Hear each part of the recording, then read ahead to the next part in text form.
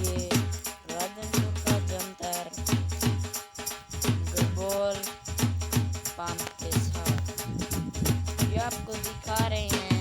ये सारा जंतर टीडी दिल ने खाया है। आप भी इनसे मजीद लड़ रहे हैं और आपको हम पास से दिखाते हैं।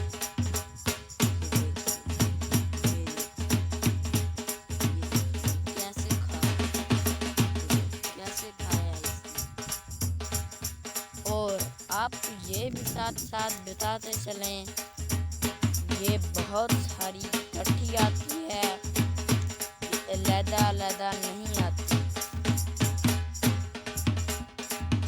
और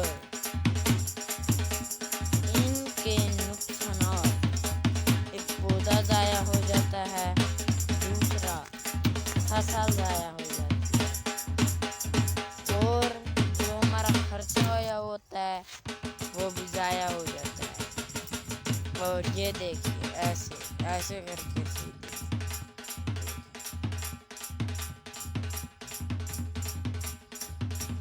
ये सब इसने खा लिया है टीडी दिल ने।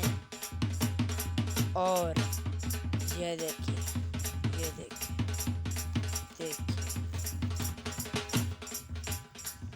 देखिए, ये सब टीडी दिल ने खाया है।